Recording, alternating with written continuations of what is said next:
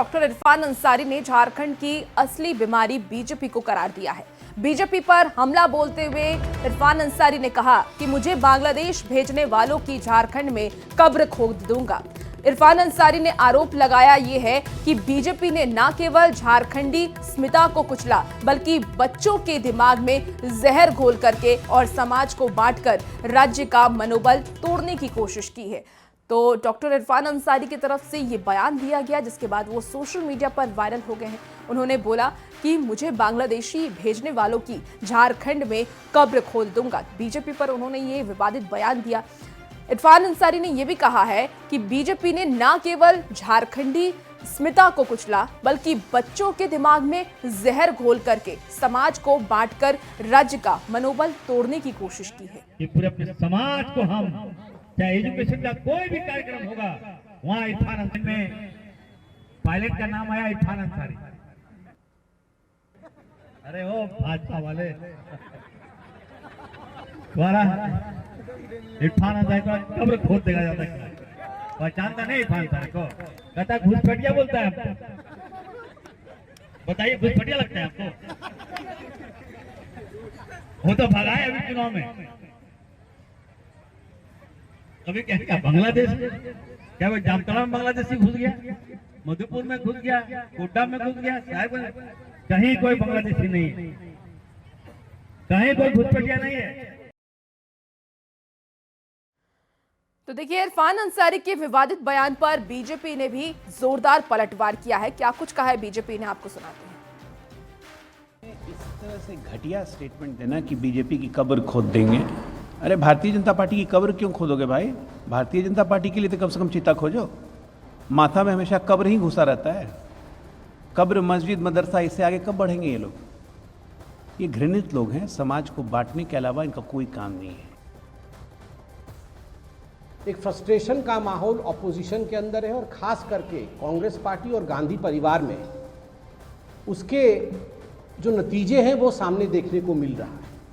वास्तविक रूप में जो माननीय गृह मंत्री जी ने कहा है कि घुसपैठिया बचाओ आंदोलन यह विपक्ष कर रहा है, यह जो राहुल गांधी जी की एक यात्रा निकली है घुसपैठिया बचाओ यात्रा, उस यात्रा में स्वाभाविक रूप से भारतीय जनता पार्टी के कार्यकर्ताओं ने और समग्र देशवासियों ने ये माना है कि घुसपैठियों से देश को बचाना है।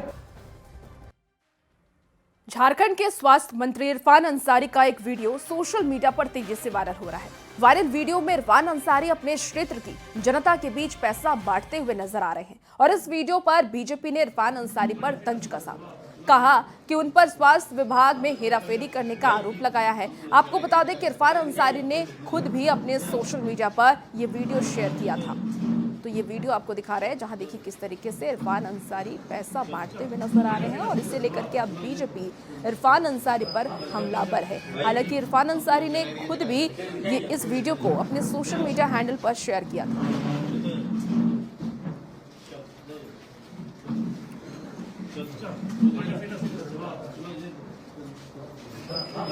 तस्वीरों में हम आपको दिखा पा रहे हैं। इस पे स्टैंड की इरफान अंसारी का जो मंत्रालय, स्वास्थ्य मंत्रालय, पूरे के पूरे झारखंड के स्वास्थ्य विभाग का भट्टा बैठ गया है। पूरे विभाग को चौपट करके यह व्यक्ति हमेशा दूसरों कामों में तांचा कर रहे हैं। कल ही एक वीडियो सरफेस हुआ है जहां पर इरफान अंसारी लाइव फेसबुक पर वहां के लोग जो उनके साथ में आए थे स्वास्थ्य की सुविधा को मांगने के लिए, उनको 100-100 रुपए कहीं ना कहीं बांट रहे हैं। तो अपने स्वास्थ्य से ध्यान हटाने के लिए, अपने जो उनके पाप है उनसे ध्यान हटाने के लिए बार बार कुछ ना कुछ ऐसा शिगुफा छोड़ते हैं, बार बार अनाप शनाप बयानबाजी करते हैं। और हमारा यही कहना कि इरफान अंसारी सब बंद कर दे और सबसे पहले अपना मानसिक इलाज वो जाकर के करवाएं अच्छे से। इसी बीच देखिए, राज्य से बड़ी खबर आ रही है, जहां इरफान अंसारी को धमकी मिली है। देर रात जान से मारने की धमकी इरफान अंसारी को दी गई। कॉल करके युवक ने धमकी दी है, तो कॉल पर बहुत जल्द उड़ाने की धमकी इरफान अंसारी को मिली है। बोकारो में मौजूद है इरफान अंसारी। पहले भी मंत्री को धमकी मिल चुकी है। बड़ी खबर बता रहे हैं, स्वास्थ्य मंत्री को धमकी मिली है, जान से मारने की धमकी मिली है। देर रात जान से मारने की धमकी को लेकर के कॉल आया था और कॉल करके युवक ने ये धमकी दी। कॉल पर बहुत जल्द उड़ाने की धमकी डॉक्टर इरफान अंसारी को दी गई। झारखंड के स्वास्थ्य मंत्री इरफान अंसारी को एक मर्तबा फिर से धमकी दी गई है। टेलीफोनिक माध्यम से कल देर रात मंत्री इरफान अंसारी को धमकी दी गई। ये जानकारी खुद मंत्री इरफान अंसारी ने साझा करते हुए कहा है कि एक निजी टेलीफोन नंबर से उन्हें कॉल आया और उन्हें उड़ा देने की धमकी दी गई है। मंत्री इरफान अंसारी के साथ ये पहली मर्तबा नहीं है। अब से करीबन 15 से 20 दिन पहले भी मंत्री इरफान अंसारी को वीडियो जारी करते हुए एक आरोपी ने धमकी दी थी। हालांकि प्रशासन ने त्वरित संज्ञान लेते हुए उस मामले की जांच की थी और आरोपी की गिरफ्तारी भी हुई थी। अब जब कल देर रात ये धमकी दी गई है तो उस वक्त मंत्री इरफान अंसारी धनबाद में थे। मंत्री ने कहा है कि पुलिस को जानकारी दे दी गई है, आगे की कार्रवाई की जा रही है। गौरव झा, न्यूज़ 18, रांची। देखिए, स्वास्थ्य मंत्री डॉक्टर इरफान अंसारी को देर रात फिर से धमकी दी गई। जानकारी के मुताबिक धमकी के बाद इरफान अंसारी बोकारो सर्किट हाउस में मौजूद थे, लेकिन धमकी मिलने के बाद भी उनकी सुरक्षा में कोई भी जवान तैनात नहीं दिखे।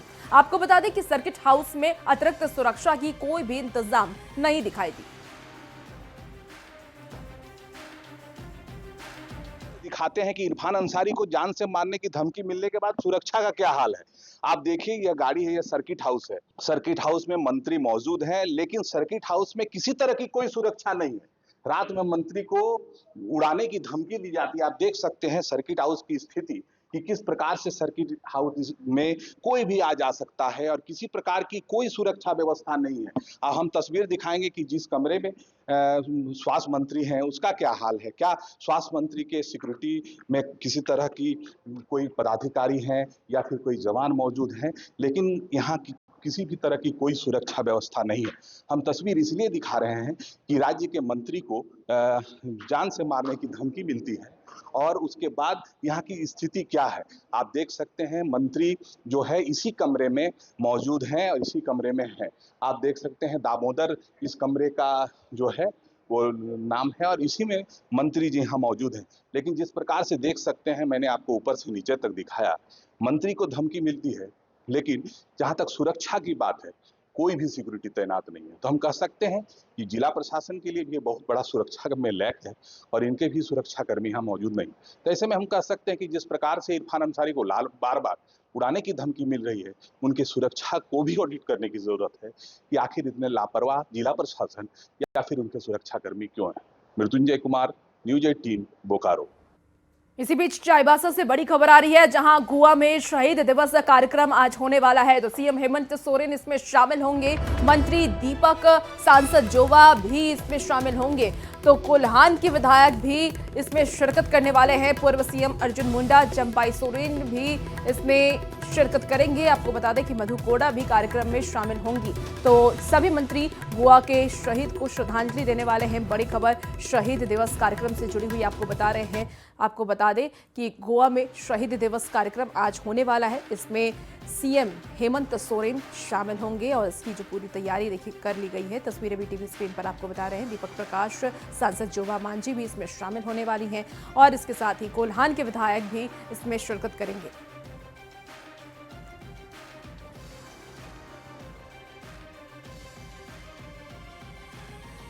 तो आदिवासियों के लिए ऊपर चलवाई गई थी गोलियां और बीएमपी के जवानों ने आदिवासियों पर ये फायरिंग की थी। तो 8 दिसंबर 1980 को क्या क्या हुआ था, गोवा गोलीकांड कैसे हुआ था, उसके बारे में भी आपको जानकारी दे रहे हैं।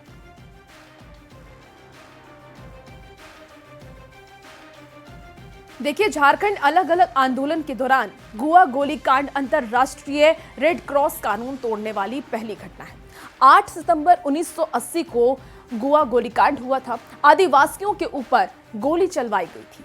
बीएमपी के जवानों ने आदिवासियों पर फायरिंग की और कुछ लोगों की भीड़ ने जवानों पर गोली भी चलाए थे। आपको बता दें कि बीएमपी के 5 जवान इसमें शहीद हो गए और 10 आदिवासियों के नाम शहीद स्मारक पर दर्ज हैं।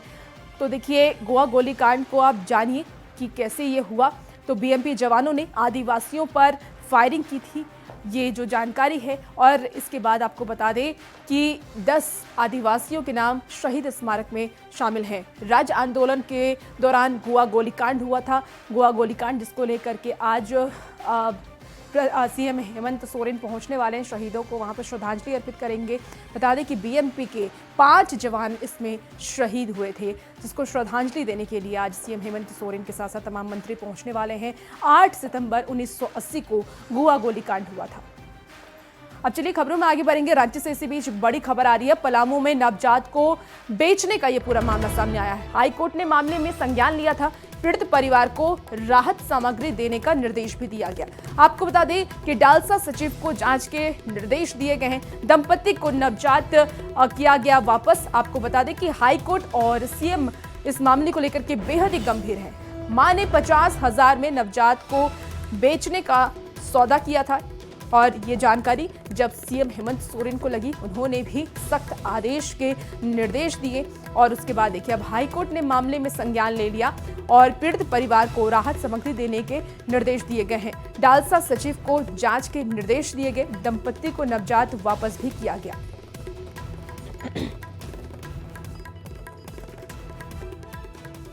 चलिए खबरों में आगे बढ़ेंगे। राजधानी रांची में अतिक्रमण हटाओ अभियान जोरों पर चल रहा है और इसी क्रम में बिरसा चौक के पास HEC की जमीन पर अवैध रूप से बने मकानों पर प्रशासन ने बुलडोजर चलाया। सभी घरों को जमीन दोज कर दिया गया। आशियाना टूट जाने के बाद खुले आसमान के नीचे मलबों पर बैठ करके ही बच्चे अब पढ़ाई कर रहे हैं। बच्चों से बातचीत की न्यूज़ 18 संवाददाता गौरव झा ने। कितनी बेबस हो जाती है जिंदगी जब सर से साया उठ जाता है, सर से छत उठ जाता है। हालात ये हो जाते हैं कि टूटे हुए घर के मलबे पर बैठकर बच्चों को पढ़ाई करना पड़ता है। ये हालात राजधानी रांची की है, रांची के मुख्य शहर की है। जब इस टूटे हुए मलबे पर सियासत जोरदार हो रही है तो यहाँ हकीकत देखने की भी ज़रूरत है कि जो लोग यहाँ रह रहे हैं उनके ज़िंदगी का गुजर बसर कैसे हो रहा है। क्या पढ़ने वाले बच्चों को शिक्षा मिल पा रहा है या नहीं। बच्चों का कहना है कि जब घर टूट गया तो घर में रहने को जगह नहीं था। हालात ये हैं कि सड़कों पर बैठकर पढ़ाई करनी पड़ती है। ऐसे ही रोड पे बैठ जाते हैं, पढ़ते हैं। क्या बनना चाहती हैं बड़ी होकर? ऐसे तो हमको पुलिस बनना है। पुलिस बनना चाहती हैं तो घर टूट गया तो पुलिस वाले ने ही तोड़ा होगा। पुलिस वाले ने तो वो तो पता नहीं, अब हमको नहीं पता। वो अपना ऊपर से ऑर्डर आता है तो वही लोग ना तोड़ता है। तो घर टूट रहा था तो कैसे डर लग रहा होगा कि अब कहाँ रहेंगे। हाँ तो क्या करेंगे, रोना आ रहा था घर टूट रहा होगा तो। कुछ बचा घर में, सब कुछ टूट गया। हाँ, एक रूम बचा है, उसी में हम लोग रह रहे हैं अभी। और आज तो बोला गया आज भी तोड़ेगा। तो परेशानी तो हो ही रहा है कि सड़क पर बैठ के पढ़ना पड़ रहा है।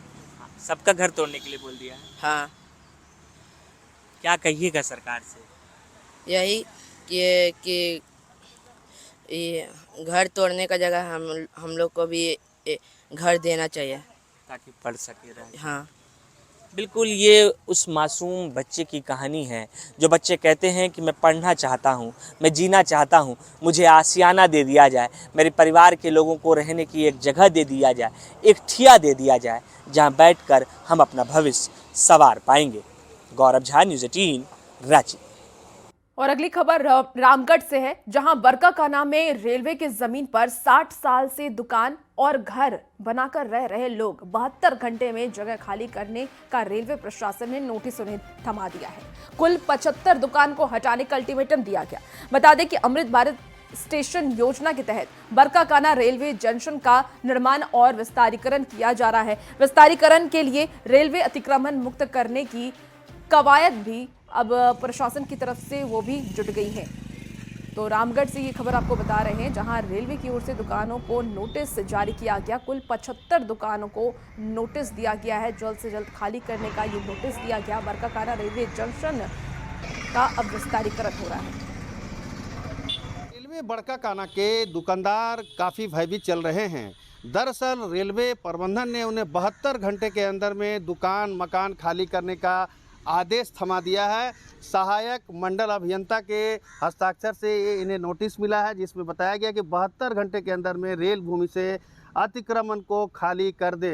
ये यहाँ पर 1960 के दशक से विभिन्न तरह के दुकान चला रहे हैं, जिसमें 1000 से अधिक लोग आश्रित हैं और दुकान में जो स्टाफ हैं वे भी यहाँ काम करते हैं। जब ये दुकान टूट जाएंगे तो उनके सामने रोजगार की समस्या उत्पन्न हो जाएगी। सर, हम लोग बहुत परेशान हैं। यहाँ 1960 से हम लोग रहते आ रहे हैं और नोटिस बार बार दिया जा रहा है। हम लोग बेरोजगार हैं। दुकानदारों को नोटिस दिया गया? तो अभी तो फिलहाल 75 दुकानदार को नोटिस दिया गया है। क्या चाहते हैं आप? हम लोग चाहते हैं हम लोग का रोजगार चलते रहे और अमृत भारत के तहत काम भी करें। काफ़ी जगह जो हम लोग को अगर चाहे तो रेंट भी देने के लिए तैयार हैं। वाला जो हम लोग का संसद महोदय हुए हैं, ये सब मैंने सब कोई बार बार बोले कि नहीं, जब तक आप लोग का मैंने कहीं विस्थापित नहीं किया जाएगा तब तक नहीं हटाएंगे। आप लोग चाहते हैं वैकल्पिक व्यवस्था किया जाए? हाँ, ये सब बोले और इसी तरह मैंने आश्वासन मिलते रहा और ये जो है खबर मैंने अचानक मैंने कि कुछ दिन 72 घंटा का अल्टीमेटम। रेलवे प्रशासन किसी समय भी यहाँ पर आकर अतिक्रमण हटाएगी। इनका कहना है कि